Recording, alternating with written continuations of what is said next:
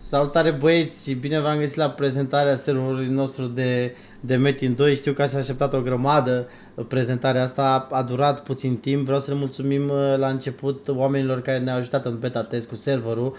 Acum, mulțumită lui Veins, serverul pot să zic că este gata, este pregătit să-l deschidem. Aveți sus data și ora exactă la care o să deschidem serverul și astăzi în video ăsta o să vă prezentăm absolut tot ce găsiți pe server. Veins, mă auzi, da? Da. Ok, perfect. Bun, de unde să începem? Hai să începem prima dată cu toate butoanele astea. Avem special storage, da, cum știți foarte bine că există. Avem o chestie diferită, din punctul meu de vedere, la cărți. Toate cărțile au iconul de la spelluri. O să fie mult mai lejer, mult mai simplu să vă găsiți cărțile gen de care aveți nevoie. O să fie super ușor. Ce mai avem pe aici? Avem bonusurile, clar. Avem o grămadă cufere pe care o să vi le arăt după pe celălalt cont din ce pică de fiecare cufăr. Avem un sistem de ranking super interesant făcut aici de Veins. Deci e până la urmă timp jucat, dueluri câștigate, monștri, metine distruse, boși omorâți, temnițe, cufere deschise și teme upgradate. Până la urmă e un server PVM mediu spre hard, așa că aici e faza cu cufere și temele upgradate. Până la urmă o să te mândrești dacă upgradezi câteva iteme și chestii. Asta mi se pare super tare. Și acum în deschidere vezi ce vrei să le prezentăm prima dată. Tu ai lucrat până la urmă la server în continuu, tu trebuie să-mi zici de unde am putea să începem. Da, putem să începem întâi cu magazinele, care ar fi mult mai util. Ok, Să le explicăm despre conversia de Young, de ce am ales chestia asta. Ok, deci avem pentru fiecare rasă, nu trebuie să dau la fiecare până la armură de 61 plus 0, văd. Deci singura armură e plus 4 de 34, până la urmă este PvM mediu spre hard, mai mult spre hard. Da, avem vouchere, mi se pare mult mai lejer să plătești să cumperi cu vouchere. Gen Young-ul poți să ți convertezi automat la depozit, dacă am înțeles bine, nu? Și la magazin general. Și la magazin general, să fie mai lejer. Poți să convertești Young-ul în vouchere și până la urmă, mă rog, practic tot Young e, dar poți să-l ții mult mai ușor. O chestie șmecheră pe care a făcut-o Veins, la fiecare voucher să zicem că aveți, nu știu, 4 vouchere de 100.000, da, de 100k. Efectiv, când lași mouse-ul pe voucher, îți calculează automat suma totală pe care o ai tu în inventar. Asta mi se pare super tare. Nu știu dacă mai există undeva, nu știu dacă am văzut-o. Hai să vedem, stai, cred că e gata, nu? Gen doar armuri avem aici. Da, full... Și arme. Nu, gen aici. Full armuri. Accesorile sunt puțin diferite. Ok, hai să vedem armele. Da, asta am zis să fie de la noi. Chiar dacă e oarecum un PvM hard, am zis să lăsăm FMS-ul la magazin. Bă, până la urmă, totuși, hai să le dăm acolo un mic. Bine, plus 0. O să vă chinuiți puțin până îl faceți plus 9. Dar până la urmă l-aveți aici la magazin și nu trebuie să vă chinuiți așa grav. Avem armele de ninja, știți foarte bine, și de șaman, bineînțeles. Hai să vedem, stai să dăm la magazinul general. La magazinul general avem mai multe chestii. Avem prima dată frizurile. Mie mi-apare aici frizură războinic, da, pentru că asta e clasa, dar depinde de ce clasă ești tu, aia o să-ți apară aici. Frizurile nu au bonus astea de aici, sunt doar așa de aspect. O mică mențiune, nu există 500.000 de costume de frizuri în joc. Am încercat să-l păstrăm cât mai clasic pentru că v-am spus, așa îmi place mie și Veins a fost de comun acord cu mine la chestia asta.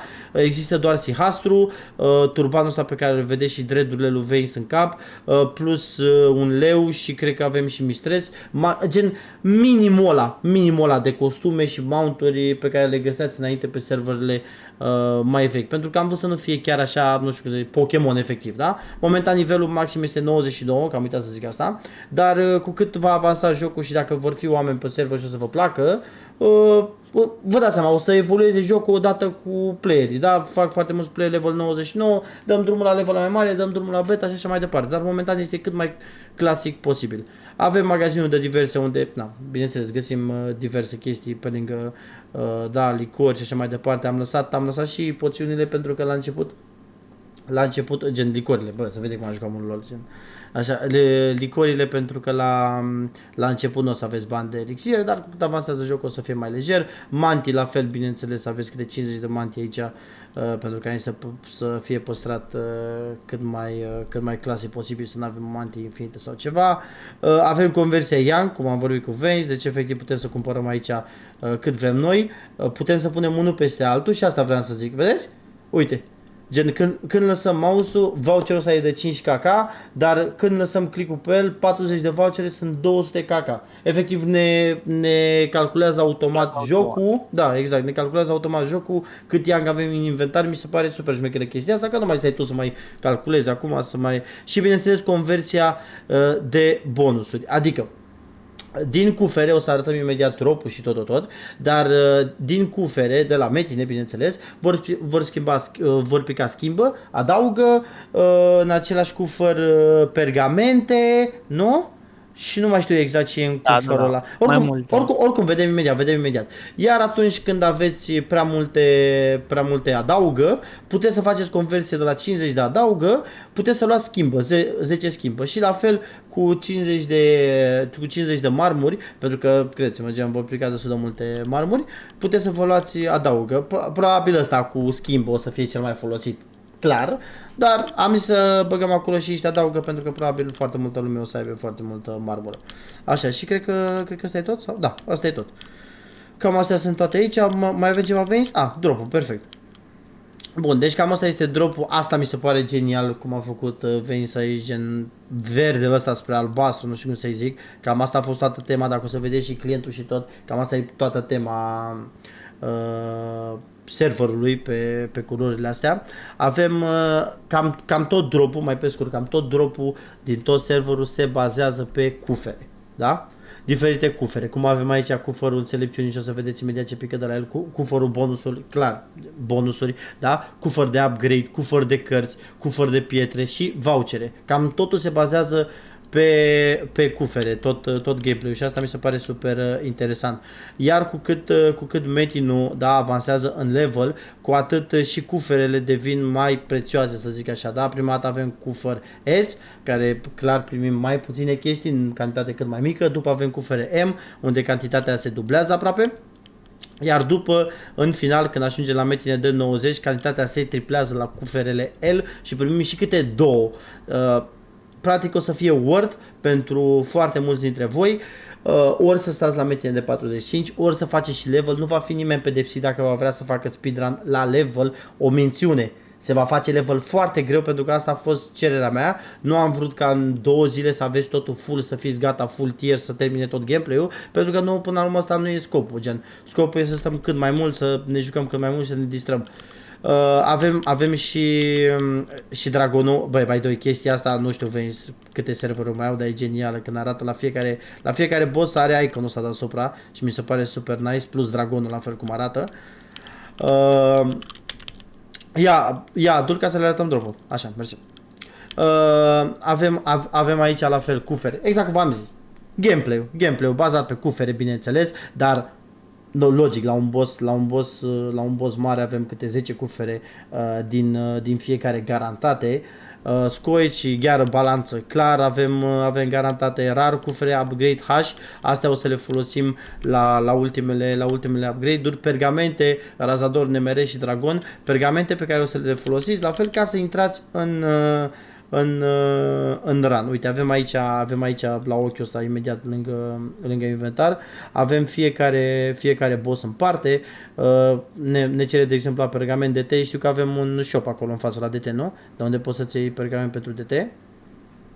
Îți iei de acolo, intri la DT, ideea e că astea toate zi-mă să le zic că am lapsus. Zi-mă toate. Ce e DT-ul, Azraelul, zic că am lapsus. Temnițele și așa mai departe. În fine, toți boșii așa au fost, toate ranurile au fost simplificate. Au fost simplificate, adică la modul intri DT, spargi metinul, dai direct de îngerul cu coață. Chiar dacă este PVM hard spre mediu, da? Am vrut oarecum să scoatem chestiile astea inutile, că până la urmă gen îți lua o grămadă de timp să stai să te zici, să bați toți căcații pe acolo. Uite, exact cum avem aici cumpără pergament. Avem aici să cumpărăm prima dată pergament cu voucher, iar de aici începe totul. Imediat o să intrăm să vă și arăt, dar aici începe totul. Mergem la turnul demonilor, după de la îngerul cu coasă ne dă pergament pentru Azrael, bineînțeles, ne trebuie și levelul necesar. După la fel de la Azrael primim și pergamentul dragonului, intrăm și la dragon, după aia de la dragon primim pentru Nemereș și Razador, la fel de la nivel 90 putem să intrăm acolo și avem și un timp, bineînțeles, de așteptare de câte o oră la fiecare. Hai să ne dăm, mi-ai dat un level, ok? Hai să intrăm în ăsta. Asta e puțin că nu mi-am cumpărat, ups. Stai puțin, să luăm ăsta. Ok. Acum cred că putem să intrăm. Stai mă, bă, am cancer, mă. 2 secunde. Bă, ce fac, mă, greșit? Stai puțin. 60358. Măi, m-am băgat asta de o grămadă de ori. Stai că o avem pe aici. Stați așa puțin.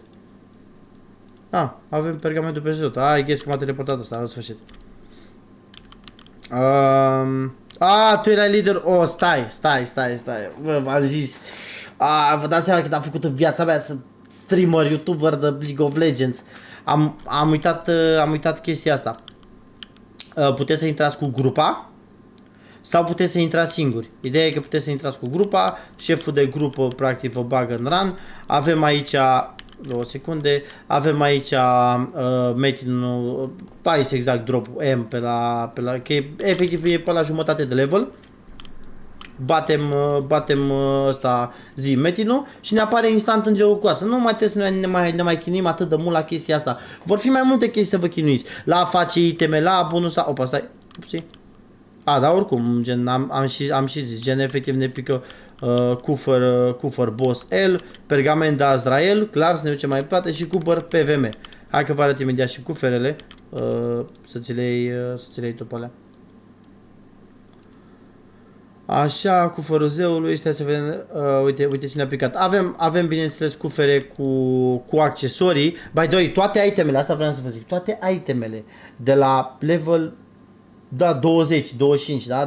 De la abanoși în sine până mai departe la scuturile de 61 se fac din cufere. De asta am spus că o să fie worth pentru toată lumea să rămână la orice level doresc ei, pentru că cei care rămân la level mic poate să farmeze abanoși, pentru cei care fac level mare, cei care ajung la level mare poate să farmeze scuturi de 61 și așa mai departe, pentru cei care vor să avanseze și după aia le vând la ei și așa mai departe.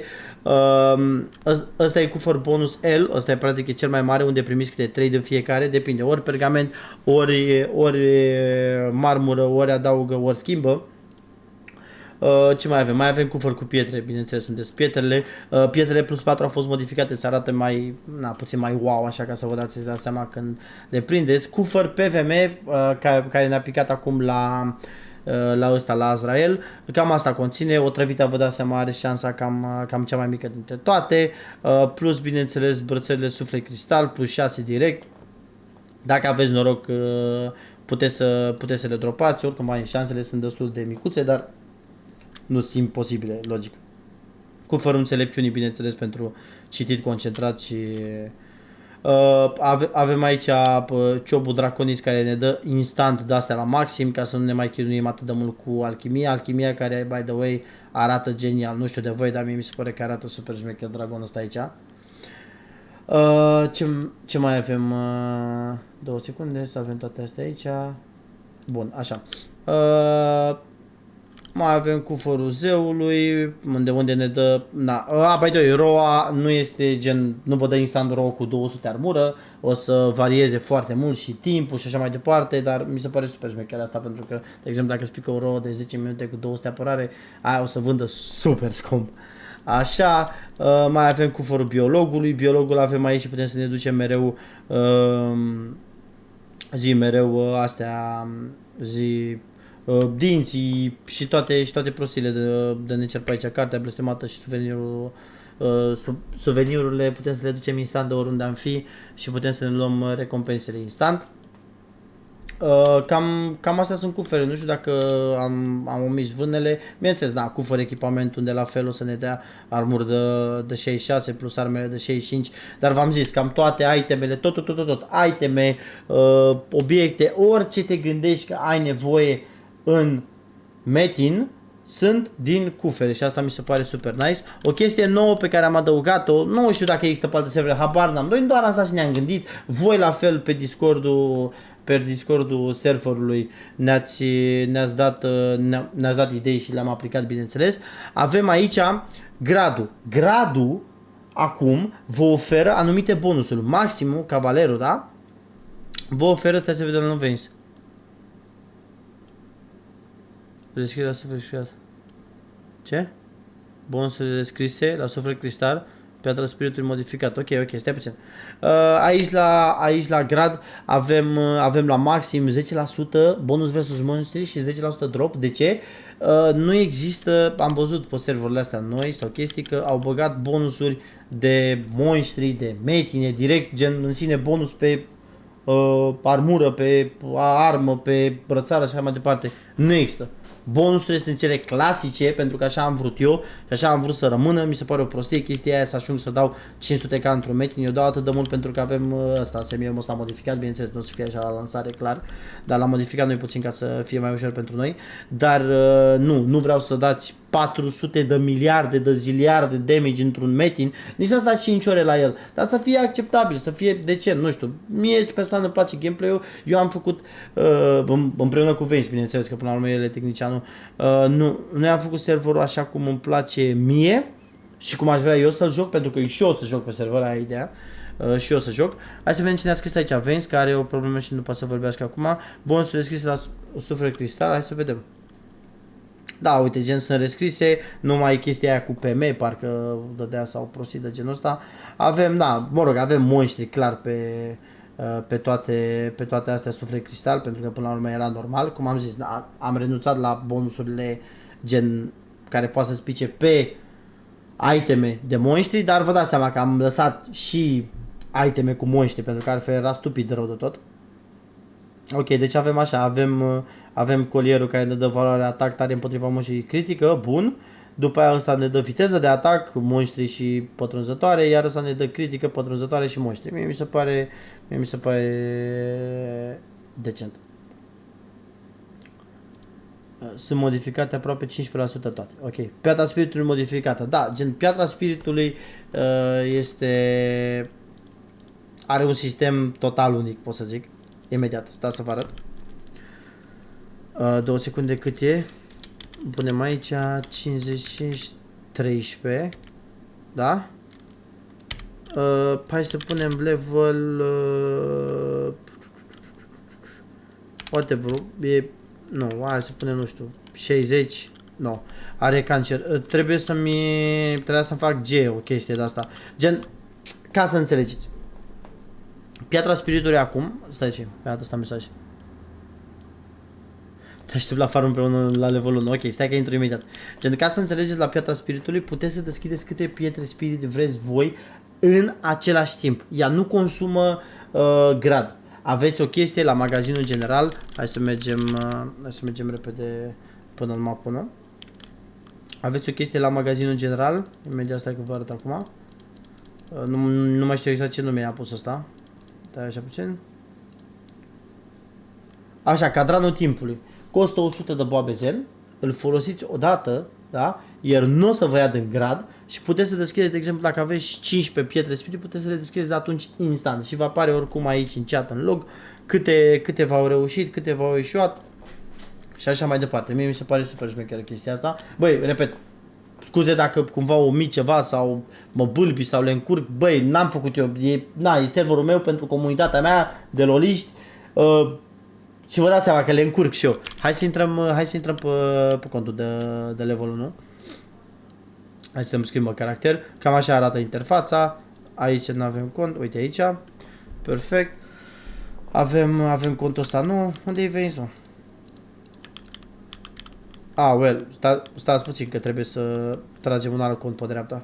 Că gen n-am dat noi restart la server și mi-au cam dispărut toate chestiile după asta, că încercam noi aici chestii.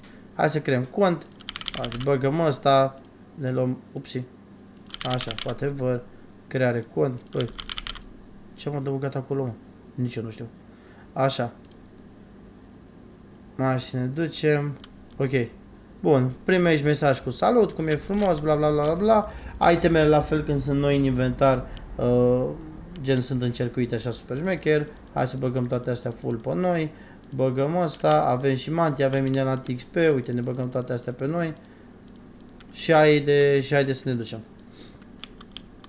Bun, prima dată, I guess, uite, putem să ne ducem la un momentin de ăsta, tragem și două mantii pe dreapta. Mantiile de preferat, sincer, să le postați la început, vă dau tips, pentru că, gen, poate să vă ajute de la level 15 încolo, map 2, gen, e mult mai, după părerea mea, o să fie mult mai ok. Gen, ca și level crești decent, dar până la un anumit level, de la level 65 încolo am văzut noi că este destul de greuț. Imaginați-vă că cei din beta test au jucat 3 zile în continuu, iar cel mai mare level a ajuns 72. Repet, poate că dacă vor fi mai mulți oameni pe server, nu știu, poate vor avea de unde să se ajute, dar și noi l-am ajutat pe prima, adică gen cu iteme și chestii ca să avanseze. Uite, cam ăsta e bonusul, hai să punem aici bonusul de cufere, până acum mi-am picat cufăr cu pietre, cufăr bonus S. Da, că vreau să-l deschid, dar am probleme la cap. Așa. La fel, cum am zis, cufărul cu cărți, avem efectiv iconul de la abilitate pe fiecare carte, mi se pare mai Caterinca, așa. Uite că mi-a trimis asta aici un cufăr. Ok. Așa. La început aveți bonusurile cu B, ca să nu puteți să le negociați. De ce? Culmea, ca să nu rămână toată lumea level super micuț și să stea la început să încurce toți playerii noi care se vor apuca să se facă, nu neapărat lag, că nu-i vorba de lag, dar efectiv să fie chestia aia, toate metile la început să fie full de oameni care își fac conturi doar să farmeze aici la început, pentru schimbă și adaugă ca să le vândă. Așa la început aveți direct cu B ca să puteți să evoluați, iar de la level 45 puteți să aveți bonusuri normale care pot fi și negociate și puteți să vă faceți treaba voastră. Dar la început am zis pentru orice player care se apucă să aibă acolo frumos șansă să farmeze, să nu deranjeze nimeni.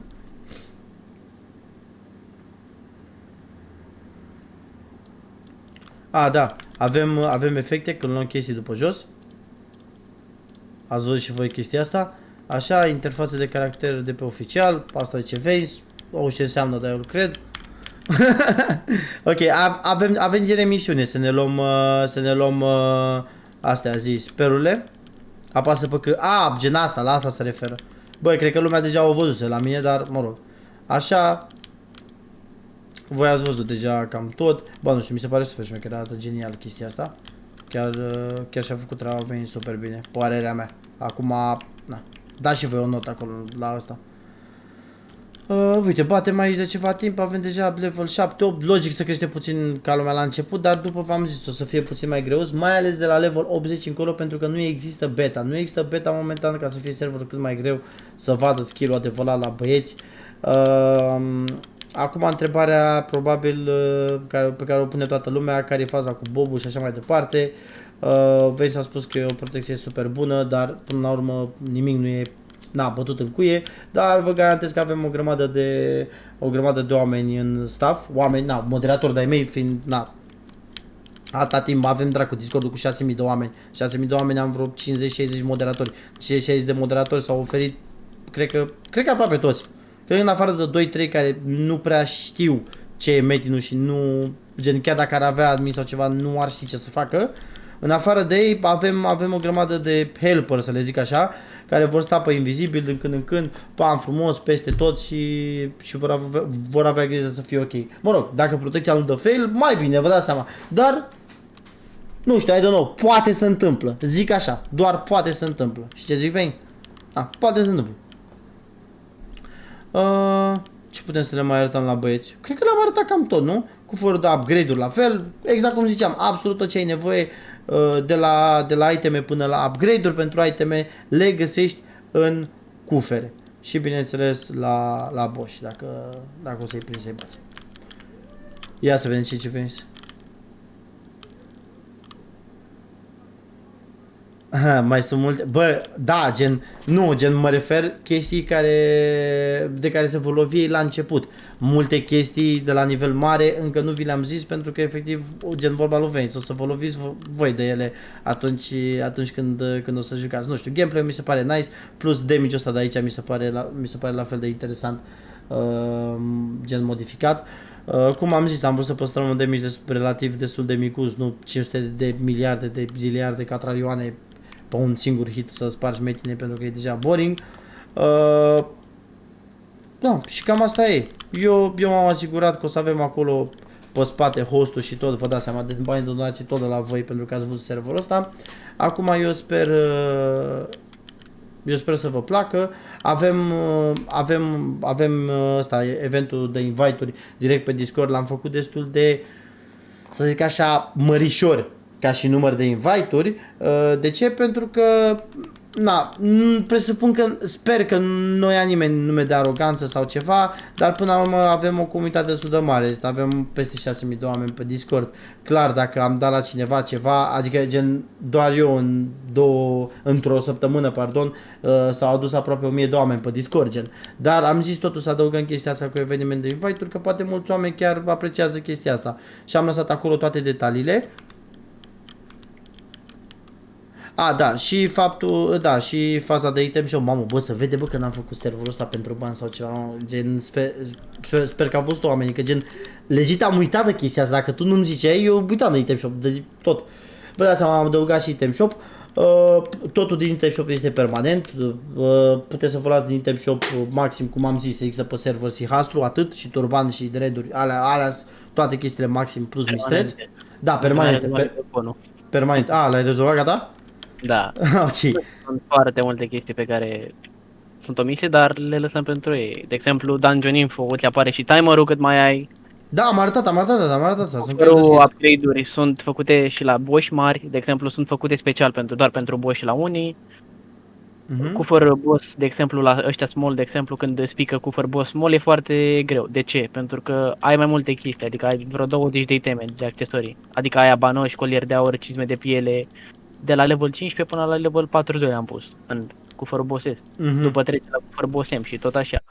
Am încercat să amplificăm gameplay-ul să fie total diferit de celelalte servere, să oferim și ceva hype de pe VM mediu spre hard. Aia e toată chestia. Da, legit să vină gen cu ceva nou. Așa, și faptul, gen, tot ce găsiți în item shop am făcut cumva să fie și în joc, pentru că mi se părea unfair chestia asta. Dar avantajul pe care îl aveți în item shop, pe lângă că le luați instant, logic, așa, este că este permanent. Gen, Sihastru, de exemplu, de pe site este permanent. Sihastru din joc va avea 7 zile. Și bonus va mai fi un singur costum pe care o să-l ia toată lumea activă de pe streamurile mele. Bineînțeles, nu streamuri cu Metin, că se aduce dracu tot canalul în 2 zile. Streamuri cu LOL, dar deja vă știți chestia asta. Nu știu dacă a venit cineva care nu mă știe sau ceva, dar dacă a venit cineva care nu mă știe, aveți linkul de la canalul principal în descriere sau puteți să căutați gen Take My Fury pe YouTube. Adică mare chestie. Și acolo am un bot ăsta de puncte și am zis, bă, că gen mă gândeam cu Venx, bă, cum răsplătim oamenii, mă, care gen sunt super activi pe stream și asta, că practic majoritatea oricum o să joace, știi? Și am zis, bă, e un bot de puncte pe care o să-l punem acolo și va fi un costum care îți va oferi 5 sau maxim 10 monștri sau ceva, dar va fi un avantaj mic, bă, dar e avantaj, știi? Adică e ceva în plus. Uite, ce ziceam de Bera, uite-te la boss și uite-te la drop, de exemplu cu fără boss, vezi? Stai puțin. Așa. Aici, lângă tine. Da. Dacă îl bați, îți dă și anumit grad, îți crește gradul cu 300 de puncte. Da. Și să vedem dacă pică ceva. Uite, Veins Farm a omorât cufărul. Ia uite, cufăr boss, vezi?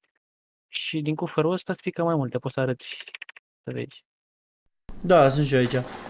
Da, avem absolut toate itemele de la început, toate micuțe, plus abanoși, bineînțeles, pe care ne interesează super mult. Brățara aur alb, la fel,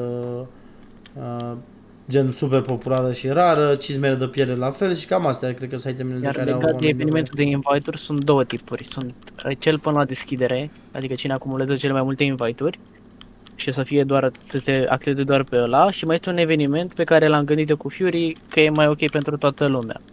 În ce costă itemul ăsta, adică evenimentul ăsta? E total diferit. De exemplu, tu dacă inviți 25 de membri și eu pot să invit 25, primim același premiu. Și eu și tu și toți jucătorii. E permanent invite-ul ăsta, deoarece noi vrem să creștem comunitatea asta foarte mult. Da, legit, pentru că până la urmă nu ne-am chinuit degeaba să facem acolo ceva nice. Oricum, aveți toate detaliile pe Discord. Cum ai intrat acolo pe Discord, vezi eventul de invite-uri și vezi și tu în ce costă, că e mai ok să vezi direct cu ochii tăi.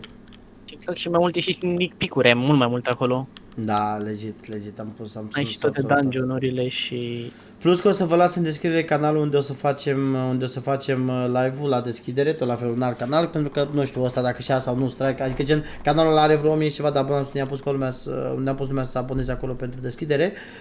Și am zis că bă, dacă punem clipul ăsta înainte să nu cumva să întâmple ceva cu canalul, să-l avem acolo direct pentru deschidere. Că o să vreau să fac live atunci la deschidere să vedem exact cam câți oameni. Vezi așa un pronostic, pentru că cred că am acoperit cam tot. Și probabil cam ăsta e finalul de video, un pronostic așa pentru câți oameni crezi tu că vor fi atunci, în primele ore, să zic așa. Având în vedere că ești destul de hype, ca orice server, poate să urci și să crească. Depinde cum îl țin update-uri și chestiile astea. Eu, de exemplu, ai 700 pe Discord, zice undeva la 400-500 minim în joc. Bă, eu aș undeva la 300. Eu zic din propria experiență, îți dai seama. Da, eu îți dai seama că n-am mai deschis un server de foarte, foarte mult timp.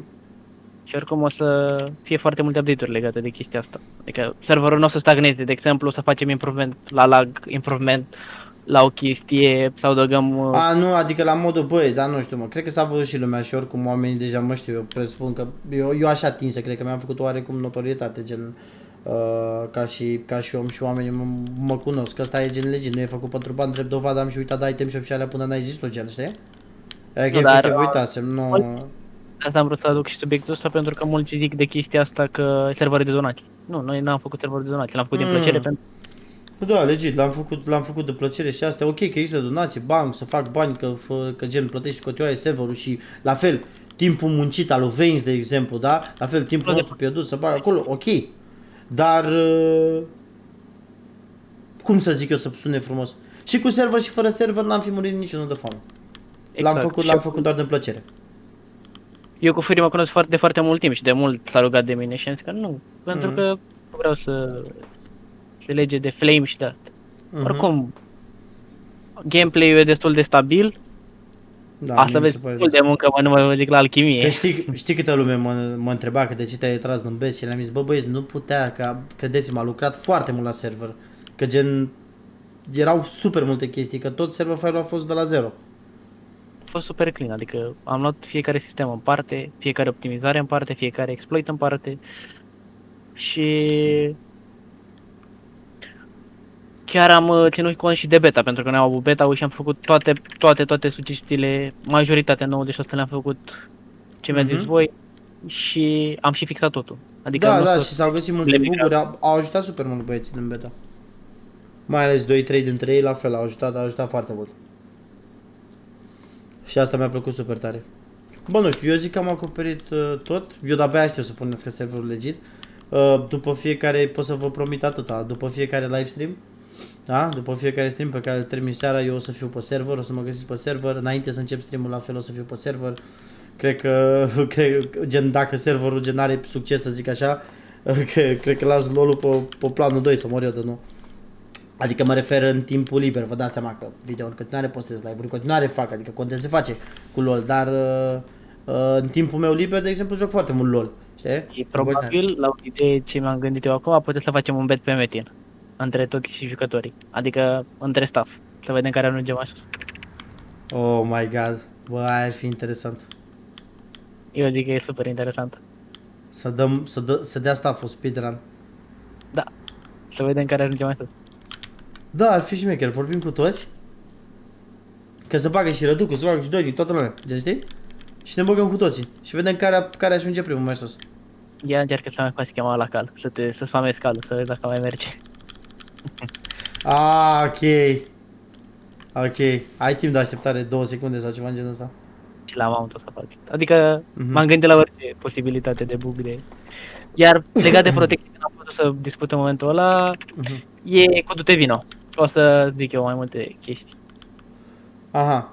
Bă, da, pe asta am zis, că bă, niciodată nu poate să fie totul perfect cu aia. Nu, deci să fie acoperită toată protecția. Legat de bob și de hack-urile mari. Da. Probabil multă lume e interesată să nu pice serverul, să nu se întâmple chestii de genul ăsta.